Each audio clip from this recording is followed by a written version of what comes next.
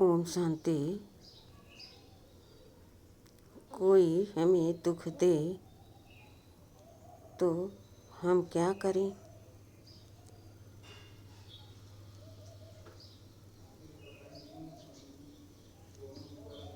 सीधी सी बात, जो हमारे काम की चीज़ नहीं है उसे हम देखें ही क्यों?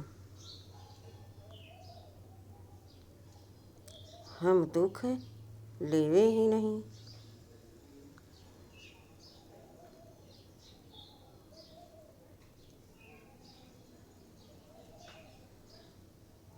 और हमने किसी को दुख देने का सोचा तो बहुत बड़ा पाप हो जाएगा। देना तो दूर की बात है। इतना कोमल मैं हूँ।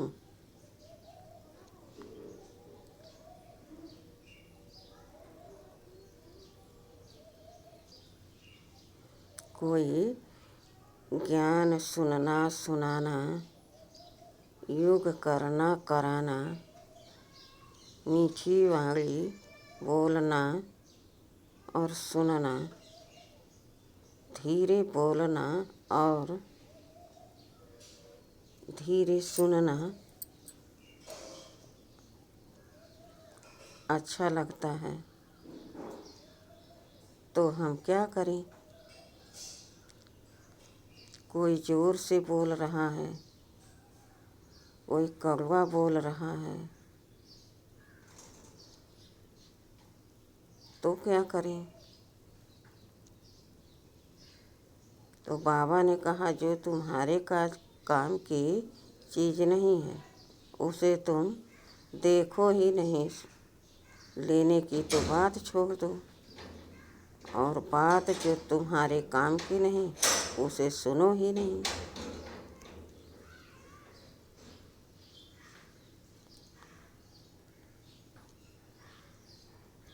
इससे तुम परिपक्व अवस्था को प्राप्त होते जाओगे।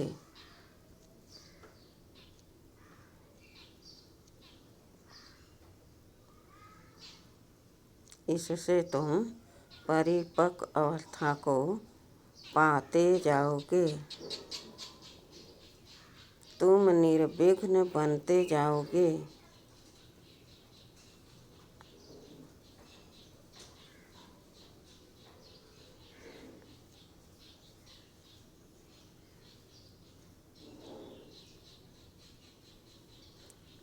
कोई काम कर रहा, बोल रहा, किसी से किसी की शिकायत कर रहा, या हमको कोई गाली दे रहा, पत्थर मार रहा, मारते भी हैं कितने, तो तुम क्या करोगे?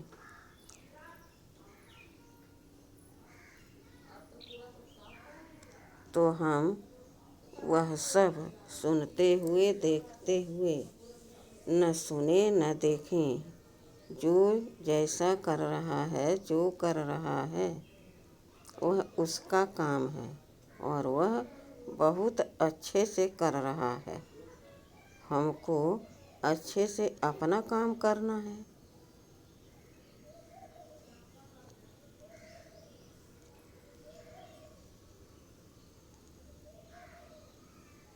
हमें बाबा का अमूल्य ज्ञान प्राप्त हुआ है। हम उसको धारण करें।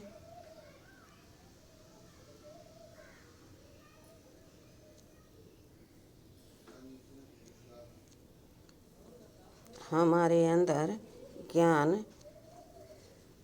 की पॉइंट सब धारण होते जाते हैं जब मैं सुनती हूँ। योग मेरा बहुत अच्छा लगता है। इसका पता कैसे चले? कैसे पता चले कि मुरली की हर एक पॉइंट हमारी बुद्धि में धारण होती जा रही है।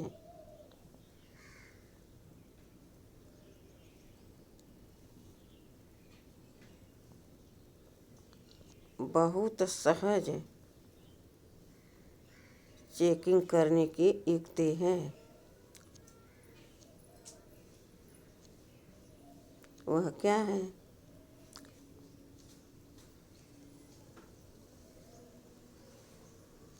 जब मैं जितनी बार मुरली पढ़ूं तो मुरली की पॉइंट मेरे बुद्धि में धारण होती जाए, ऐसा हमें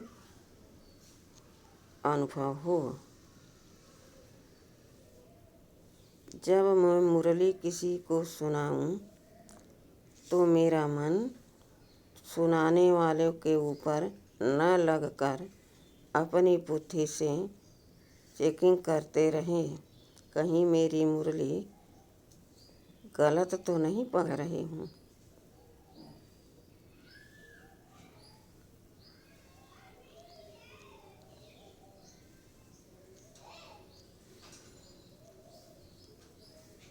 मुरली पढ़ते समय, सुनते समय, सुनाते समय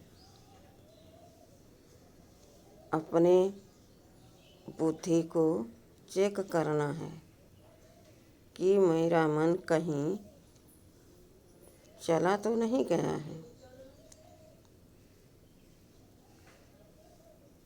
जो मैं सुन रही हूँ, सुना रही हूँ, वह अच्छी रीति हमारे में धारण होती रही है। अच्छी रीति धारण मुरली की पॉइंट हो रही है।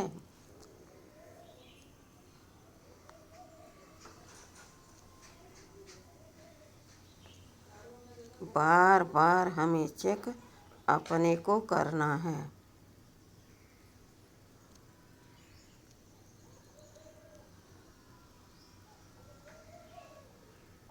अपना जज खुद बनो, दूसरे का जज कभी मत बनना।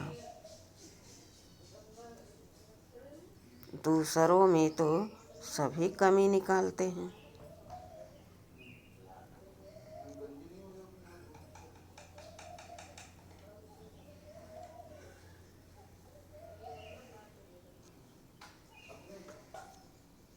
समझो हमको बिना कोई वजह का कोई कुछ सुना दिया, ऐसा सुनाया कि बगल वालों को भी इस बात का फर्क पड़ा। अरे देखो, उन्होंने तुमको किस तरह से बोला है।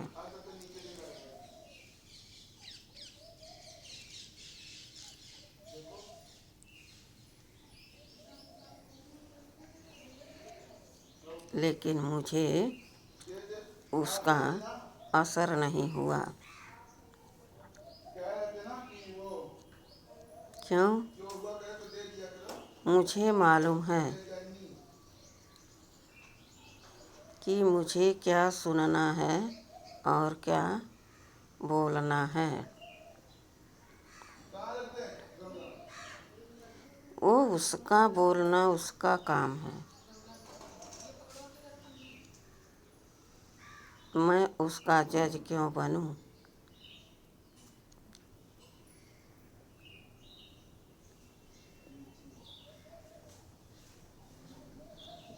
तो दूसरों की कमी तो सभी देखते हैं।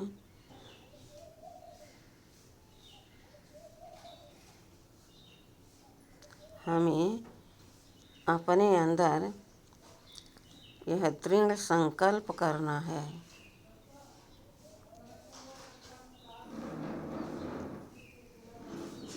कि जब कोई कुछ हमें बोला और वह सुनने समझने के विपरीत है,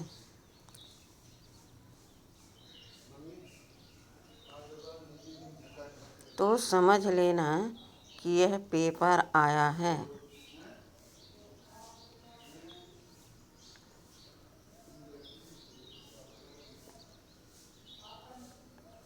और यह पेपर मुझे अच्छी तरह से पास करना है।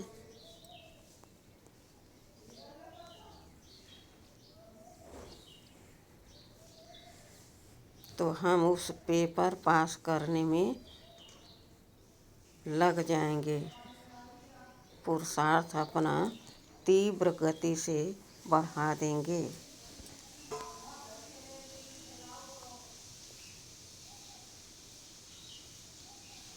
एक बार दादी ने रात में सब काम निपटाने के बाद चार्ट लिख रही थी और चेक कर रही थी।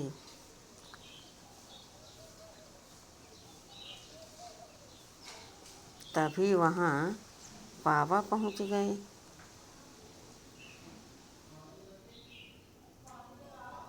और पूछा, बच्ची क्या लिख रही हो?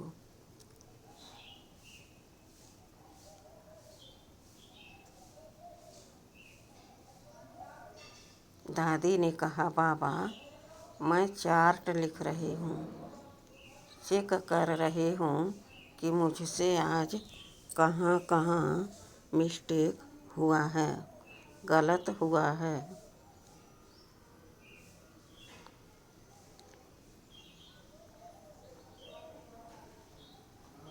बाबा ने कहा, चलो बच्ची क्लास में बताते हैं।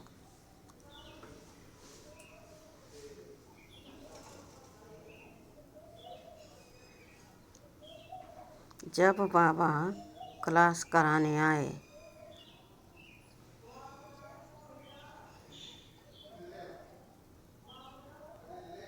तब बाबा ने कहा, बच्चे बताओ, किसी को दुख तो नहीं देती हो?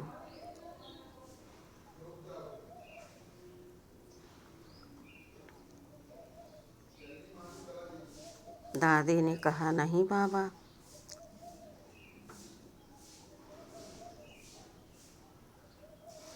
बाबा ने कहा, किसी को दुख मत देना। तब से दादी आज तक किसी को दुख देने का संकल्प ही नहीं किया।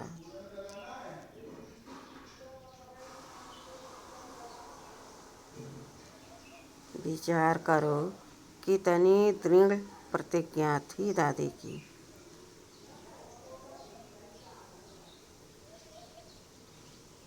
और वह सफल हो गया। न दुख देना न दुख लेना, यह पक्का मजबूत उनका संकल्प हो गया।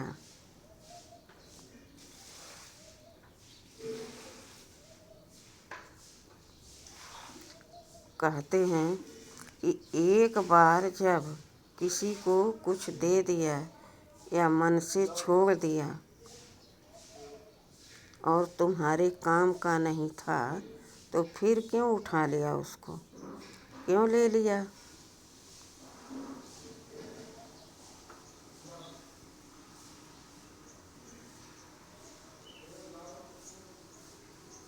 इस तरह से बार बार अपने को चेक करो, अपना जज बनो, दूसरे का नहीं। दूसरों में तो कमी सभी देखते हैं।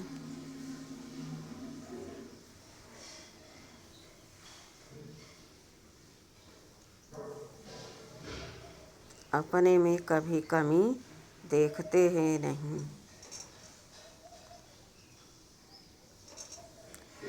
सुखी वही है जो एक कोने में चुपचाप पड़ा है।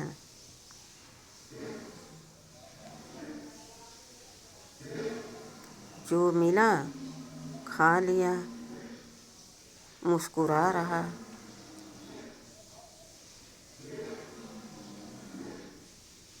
जो कहते हैं यह हो जाए, वह हो जाए, यह कर लें, वह कर लें, तो कभी चैन से नहीं रह सकते।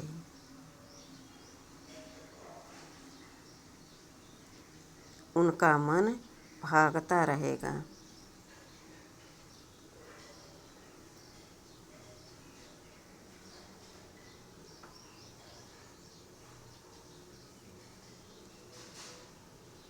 हमें इस बात पर पूरा अटेंशन देना है कि न दुख देना न दुख लेना।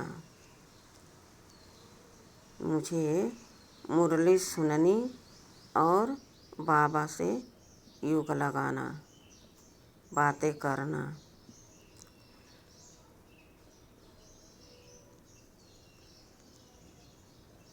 यही धुन लगी रहे।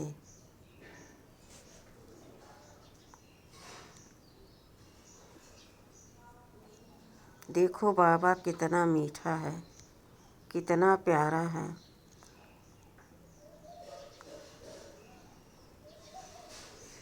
कितना प्यार करते हैं बाबा।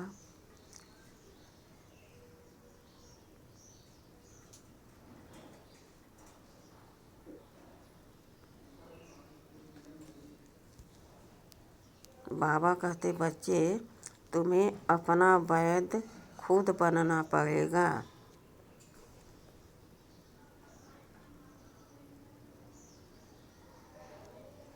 क्योंकि तुम समझते हो कि बाबा सुख करता है और दुख हरता है, तो भला बाबा तुम बच्चों को दुख कैसे दे सकता है। तुम यह कैसे कह सकते हो कि बाबा ने दुख दिया। भगवान किसी को कभी दुख नहीं देता।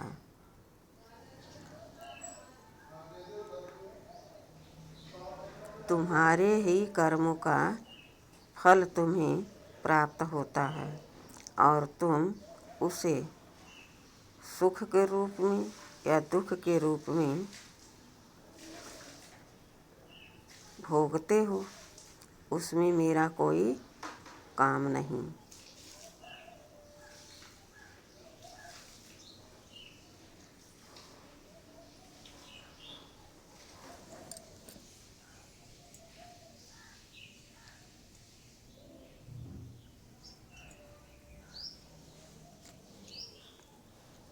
बाबा को सब वरदाता कहते हैं, विधाता कहते हैं, सुखदाता कहते हैं।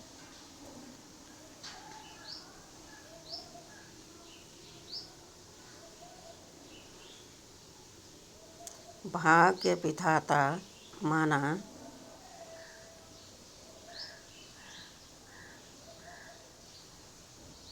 बच्चों के भाग्य को बनाने के, बच्चों को समझानी देते हैं।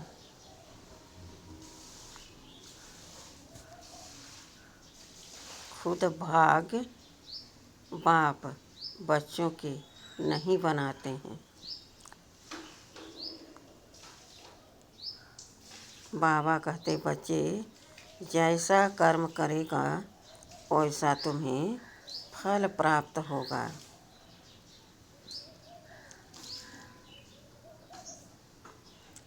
और वही तुम्हारा भाग्य बन जाएगा।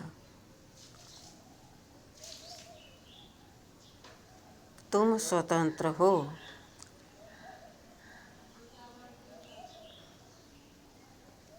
तुम चेक करके निर्णय ले सकते हो कि मुझे क्या करना है।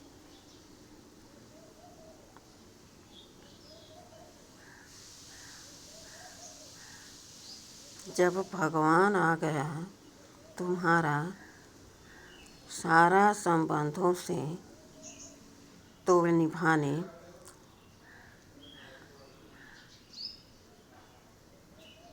और तुम्हारे भाग्य की चाबी तुम्हारे हाथ में दे दिया। बच्चे जितना भाग्य बनाना चाहो उतना तुम लकीर लगा लो। खींच लो लाइन।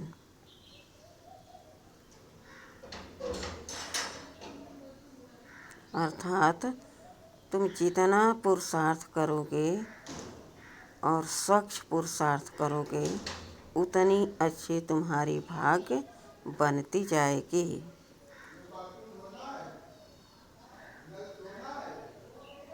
अब सोचो, तुम्हें ही तो मंथन करना पड़ेगा, तुम्हें ही तो चिंतन चलाना पड़ेगा।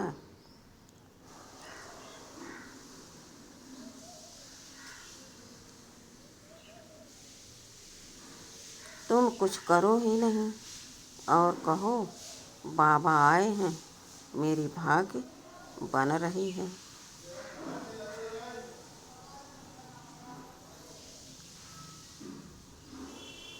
मैं बाबा का हो गया, अब मैं बेफिक्र हो गया।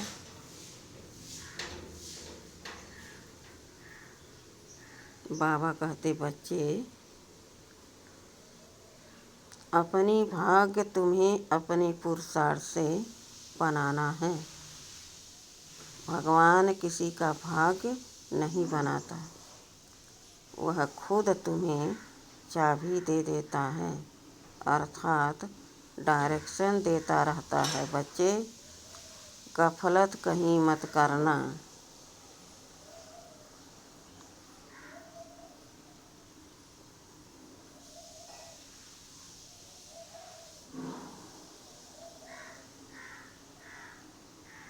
भक्ति मार्ग में कहते हैं, जब कोई मरण शैया पर होता है तो कहते हैं कि राम राम कहो। उनके सामने एक किसी भगवान का, किसी देवी का चित्र रख देते हैं और गंगा जल पिलाते रहते हैं, उसमें तुलसी दल भी डाल देते हैं और अब निश्चिंत हो जाते हैं। कहते हैं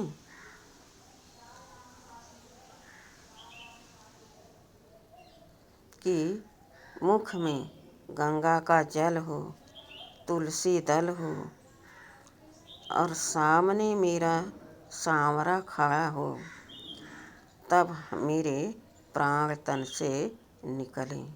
यह भक्ति मार्ग के गीत हैं।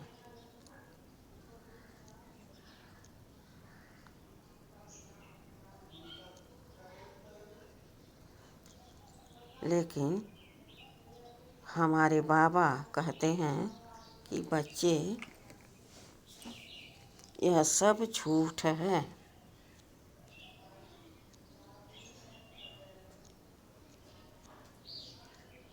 इसमें बहुत काल का अभ्यास चाहिए।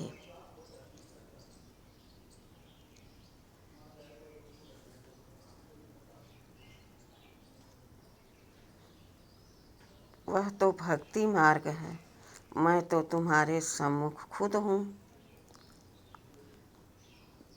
रोज रोज तुम्हें प्रैक्टिस कराता हूँ। बच्चे मुरली सुनो, जितनी बार पढ़ो समझो कम पढ़ा मैंने। एक एक पॉइंट का मंथन चिंतन करो।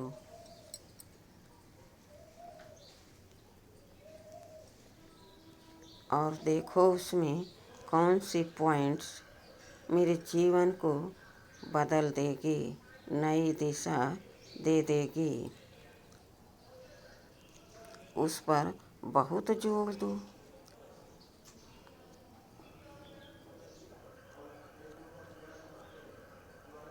जैसे कि मैं मुरली सुन रहा हूँ तो मुरली हर समय तो नहीं पढ़ी जा सकती, घड़ी घड़ी पढ़ी जा सकती है। लेकिन पॉइंट्स मंथन चिंतन हर समय हम कर सकते हैं।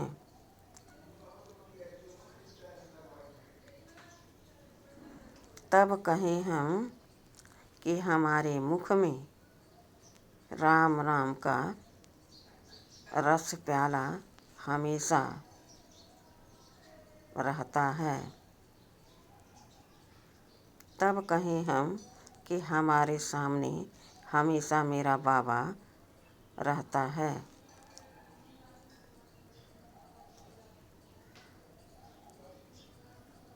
ज्ञान क्या है?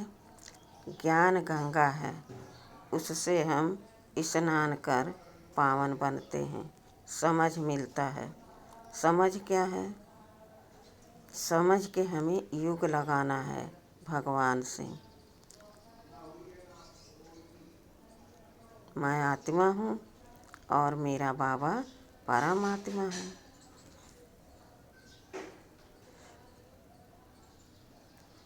इस स्थिति में जब यह आत्मा इस तन को छोड़े तब हम कहेंगे कि मेरी गति सद्गति में बदल गई।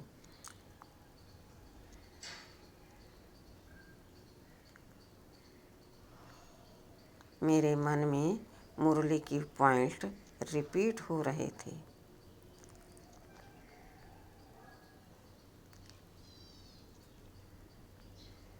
और बुद्धि में मेरे बाबा का सिमरन चल रहा था, याद बनी रही। तब यह तन से मैं आत्मा निकल रही हूँ, तो मुझे स्वतः पता है कि मेरी गति सद्गति में बदल गई।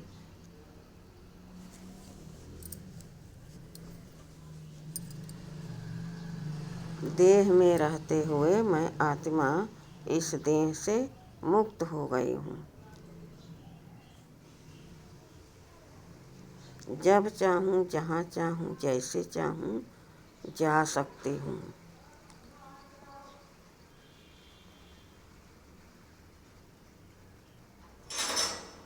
इसे कहते हैं ज्ञान मंथन।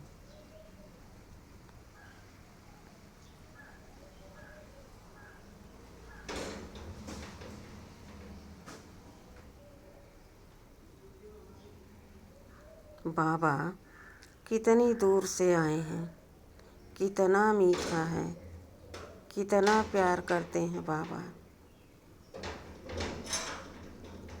बाबा का कोई इसमें स्वार्थ थोड़े ही है।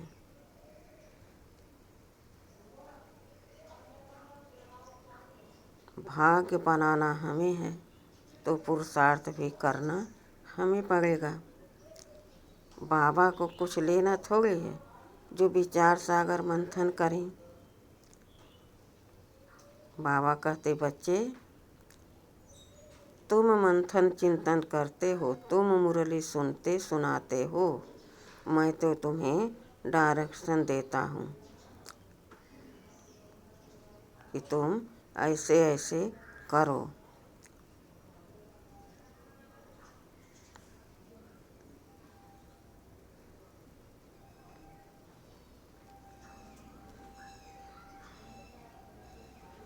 बैठ जाओ बाबा की याद में। मैं पवित्र आत्मा हूँ। मेरा बाबा परम आत्मा, परम शिक्षक, परम सतगुरु हैं।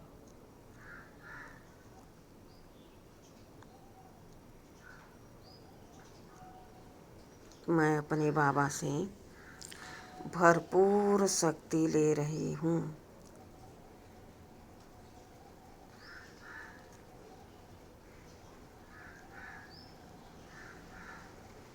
मैं मुरली सुनती हूँ अपने कानों से। मेरे कान पवित्र होते जा रहे हैं।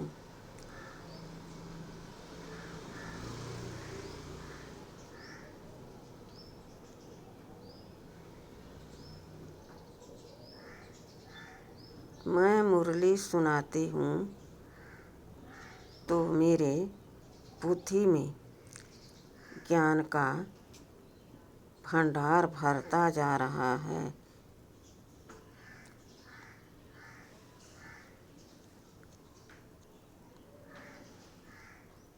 मैं योग लगाती हूँ तो अपने बाबा का प्यार अपने आप मुझ में समाता जाता है।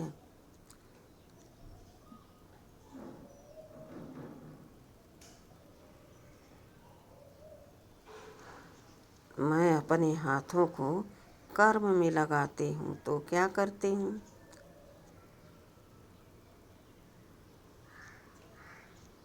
जब मैं नहाती हूँ तो कहती हूँ, बाबा आ जाओ मेरे पास, मैं नहान करने जा रहा हूँ, स्नान करने जा रही हूँ।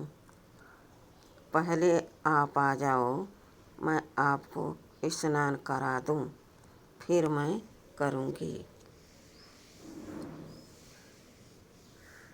मैं पवित्र भोजन बाबा की याद में बना रही हूँ।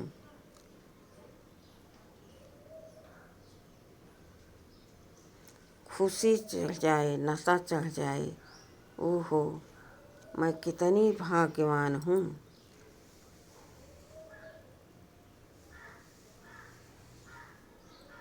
कि मैं भगवान के लिए भोजन बना रही हूँ।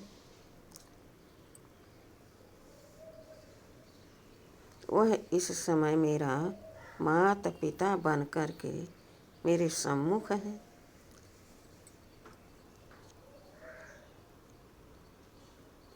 यह भोजन पहले मैं अपने बाबा को पान कराऊंगी,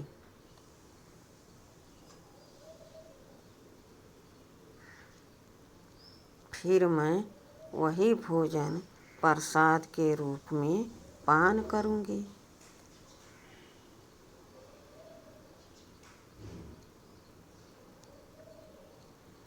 फिर मैं शक्तिशाली पावन अपने बाबा के समान बन जाऊंगी।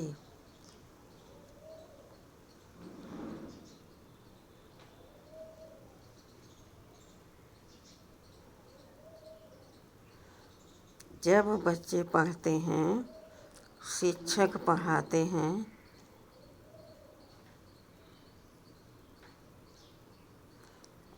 और पेपर पास करते हैं,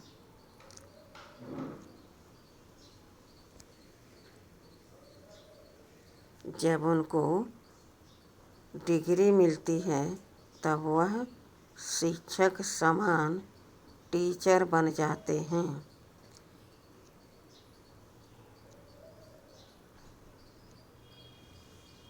फिर वह औरों को पढ़ाते हैं।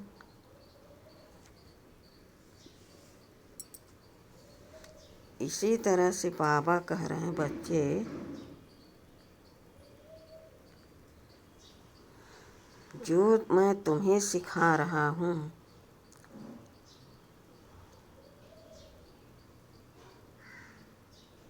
वह तुम औरों को बतलाते रहो।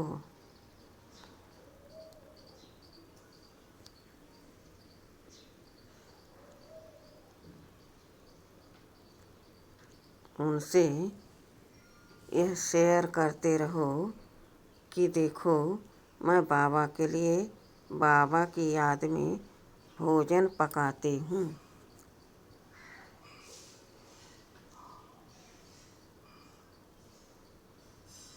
फिर मैं अपने बाबा को भोजन पान कराती हूँ।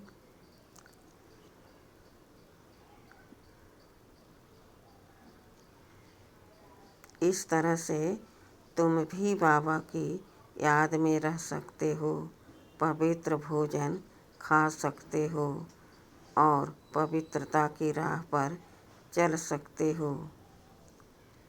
अपनी भाग्य बना लो, बना सकते हो। इस तरह से दूसरों की भी सेवा हमें करनी है।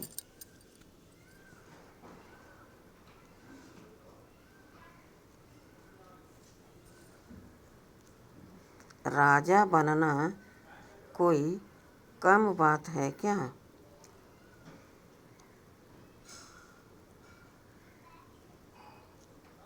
जब प्राप्ति अधिक है तो पुरुषार्थ भी तो अधिक करना पड़ेगा, समय भी तो अधिक चाहिए ना, तब परिपक्व अवस्था होगी।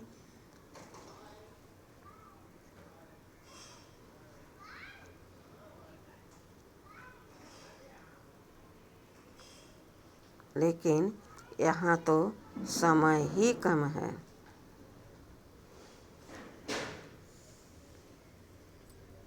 खुद चेक करो। मैं विक्रम तो 63 जन्मों से करते आ रही हूँ,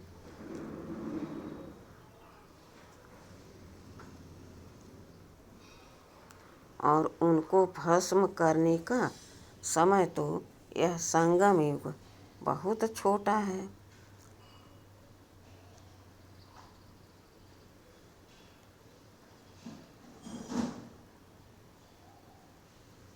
कितना मेहनत और लगन और समय लेकर हमें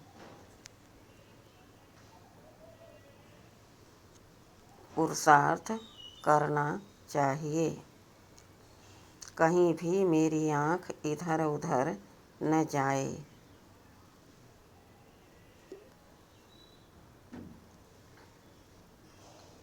बाबा ने कहा, बच्चे, तुम्हारे चेहरे से, तुम्हारे बोल से भी सेवा हो सकती है।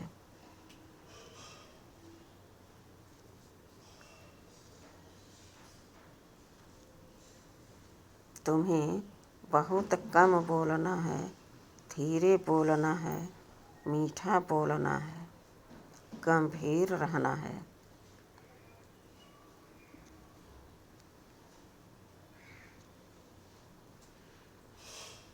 एक बार किसी ने मम्मा से कहा, मम्मा, आज आप बहुत गंभीर लग रही हैं, कुछ बात हुई है क्या?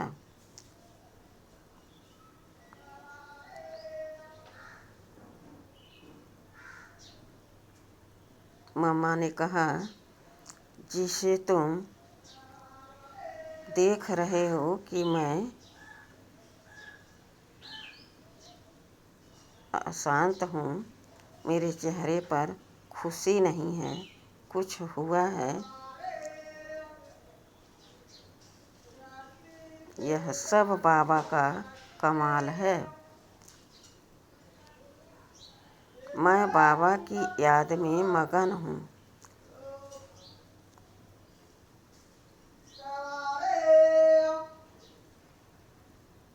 पहचान करो कि जब तुम कुछ सोचते हो अज्ञान काल में, तो तुम्हारे मन एकाग्र हो जाते हैं,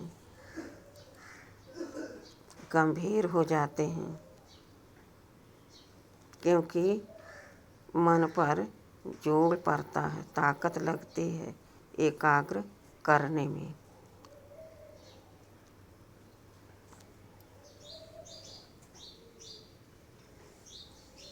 तो मैं यही विचार कर रही हूँ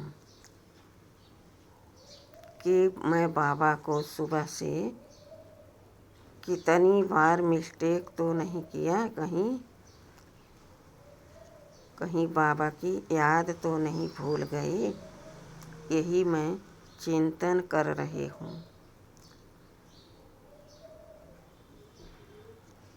तब मैंने समझा कि किसी भी ज्ञान में चलने वाले भाई को यह शब्द नहीं पूछना है कि तुम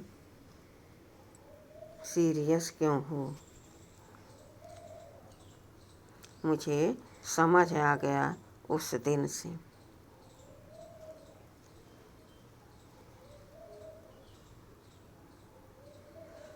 कितनी सावधानी हमारी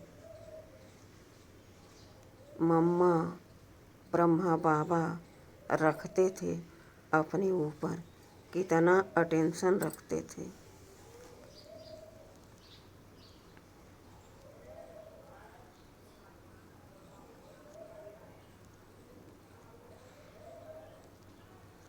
कुछ भी हो जाए, लेकिन कभी हमारे ब्रह्मा बाबा के चेहरे पर यह नहीं दिखा कि कुछ अभी हुआ है, और न मम्मा को दिखा।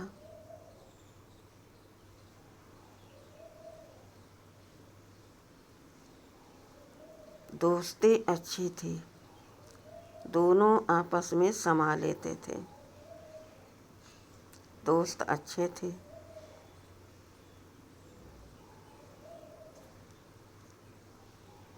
कई बार तो लोग बाबा को गाली भी दिए होंगे। इतना ऊंचा उठे हमारे ब्रह्मा बाबा, तो परीक्षा तो बहुत आई होंगी।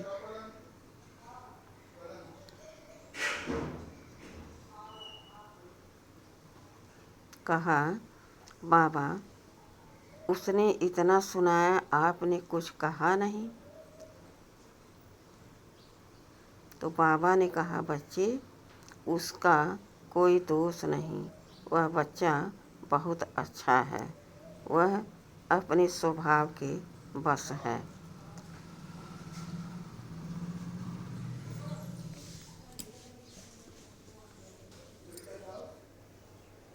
कई बारी पत्र आते, उसमें भी उल्टा सुल्टा होता, धमकी होती, लेकिन ब्रह्मा बाबा से कोई कहता कि पत्र में कुछ लिख दो, समझा दो। बाबा कहते नहीं नहीं, कुछ भी लिखना नहीं है, बच्चा बहुत अच्छा है। इस तरह से बाबा एकदम हल्के रहते, और मम्मा हाजी का पाठ पढ़ती रहती, तो दोनों की दोस्ती बहुत अच्छी हुई ना। एक दोनों अपने में सब कुछ समा लेते थे।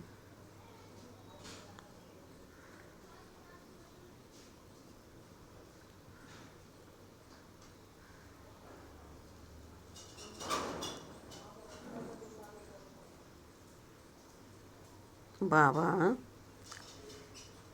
हर समय यही विचार करते कि कहीं शिव बाबा को मैं भूल तो नहीं गया हूँ।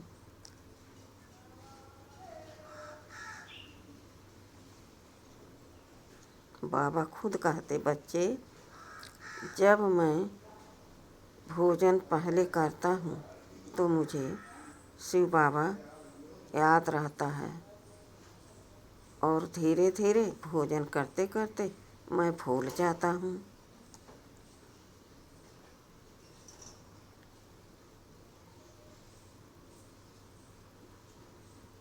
फिर मुझे याद आता, ओहो मैंने तो अपने शिव बाबा को ही भूल गया, तो मुझे अच्छा नहीं लगता। फिर मैं बाबा को याद करने लगता। बाबा भी भूल जाते, ऐसा नहीं कि उनमें शिव बाबा आते हैं तो वह भूलते नहीं हैं, क्योंकि यह तो मन बुद्धि का काम है ना।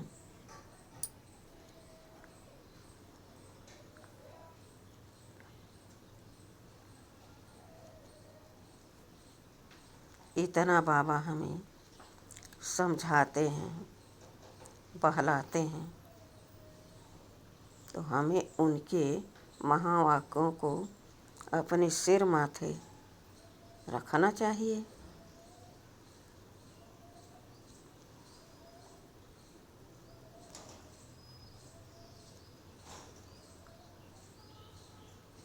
अब मैं अपने बाबा से अपने परम धाम मिलने जा रही हूँ। देखें अपने आप को कि मैं आत्मा पार्ट बजाते बजाते थक गई हूँ।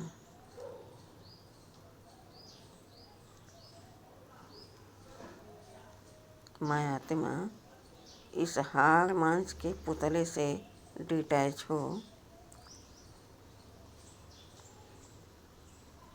इस देह से उपराम हो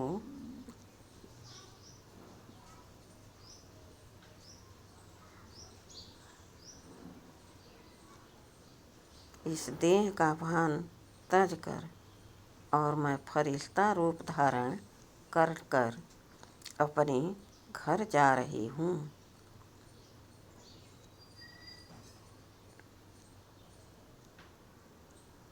देखें अपने आप को किस तरह मैं आत्मा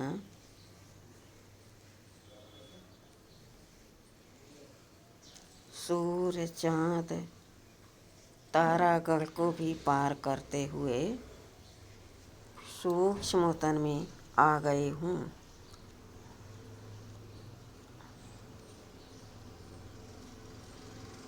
वहाँ सफ़ेद प्रकाश की दुनिया है।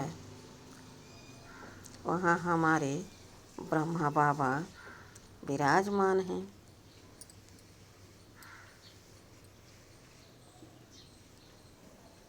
मुझे देखकर बाबा मुस्कुराए और कहे, आओ बच्चे। मैं भी देखकर बाबा को निहाल हो गई। मैं बाबा से मिलकर अब फिर अपने परम धाम जा रही हूँ।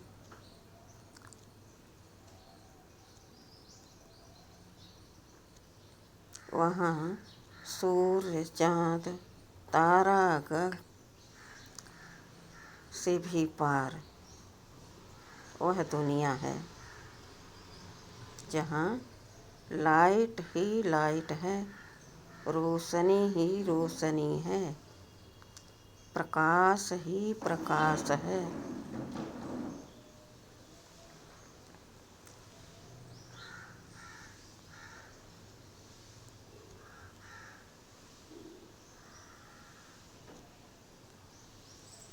उस लाल सुनहरे प्रकाश की दुनिया में एक दिव्य सितारा चमक रहा है।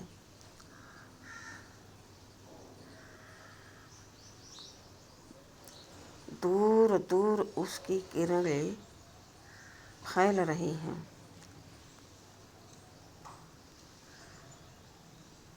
धरती की ओर सभी आत्माएं उस सर्वशक्तिमान से अपने अंदर शक्तियाँ भर रही हैं।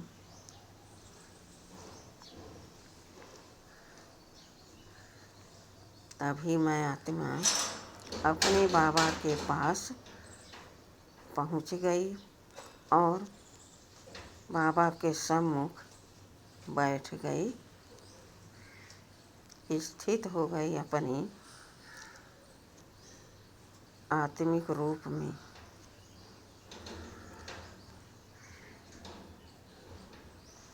महसूस करने लगी कि अभी तक तो मैं बिल्कुल डिस्चार्ज थी।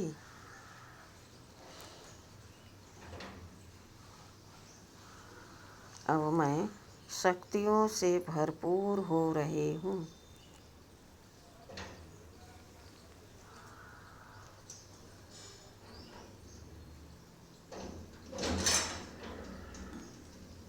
बाबा की सर्व शक्तियाँ मुझ बुद्धि में समाहित होती जा रही हैं।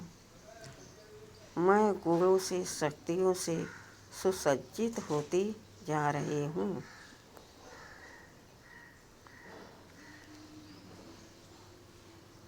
मैंने बाबा से कहा, बाबा मुझे घर जाना है। अपने कॉस्ट्यूम में कितनी देर हो गई उससे अलग हुए।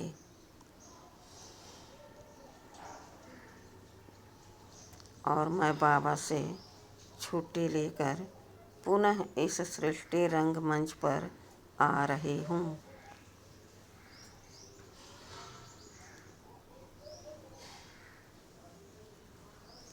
देखें अपने आप को, किस तरह मैं आत्मा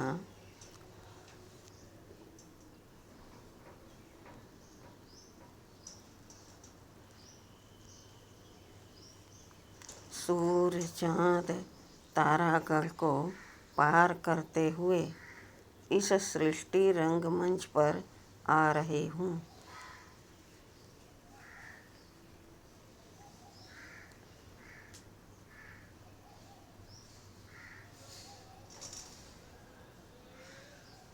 देखें और चेक करें कि मैं किस तरह इस हाड़ मांस के पुतले के तन में अवतरित हो रही हूँ।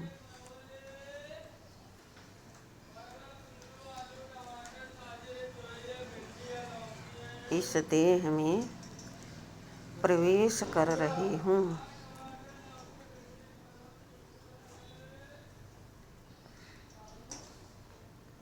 मैं आत्मा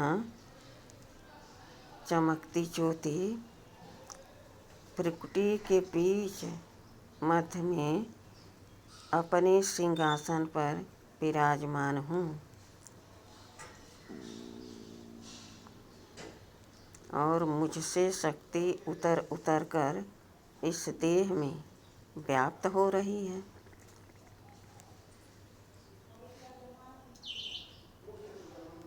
यह शरीर सतो प्रधान शक्तिशाली बनती जा रही है।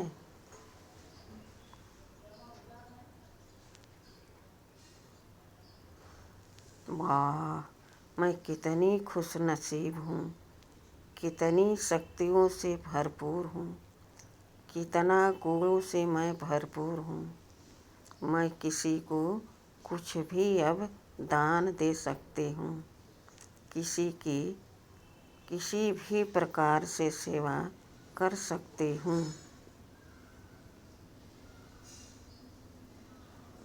मैं बहुत बहुत श्रेष्ठ आत्मा, विशेष आत्मा हूँ।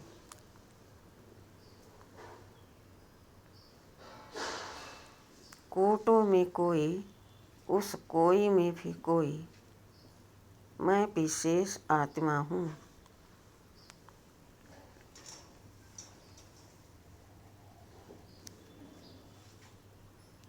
वाह वाह मेरा भाग्य, वाह वाह मेरा मीठा बाबा, वाह। इस तरह से अपने मीठे प्यारे बाबा को अपना बनाकर उनसे संबंध जोड़कर अपना कार्य आगे बढ़ाते चलें। अच्छा, ओम शांति।